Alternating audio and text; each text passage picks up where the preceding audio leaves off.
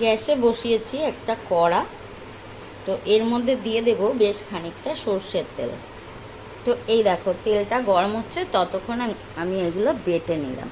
তো দেখো কেমন বাটা হয়েছে, ঠিক যেমন ছোট ছোট কুচি কুচি হয় ওরকম আমি বেটেছি, খুব কিন্তু বাটিনি। তো দেখো তেল গরম হয়ে গেছে, এবার আমি দিয়ে দেবো এই বেগুনগুলো।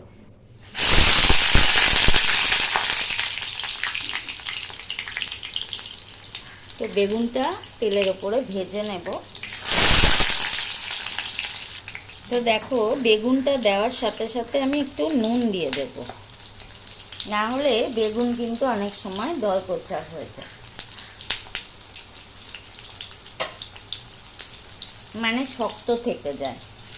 তো নুনটা দিলে বেগুনটা কিন্তু খুব ভালো করে ভাজা হয়ে যাবে, সিদ্ধ হয়ে যাবে। তো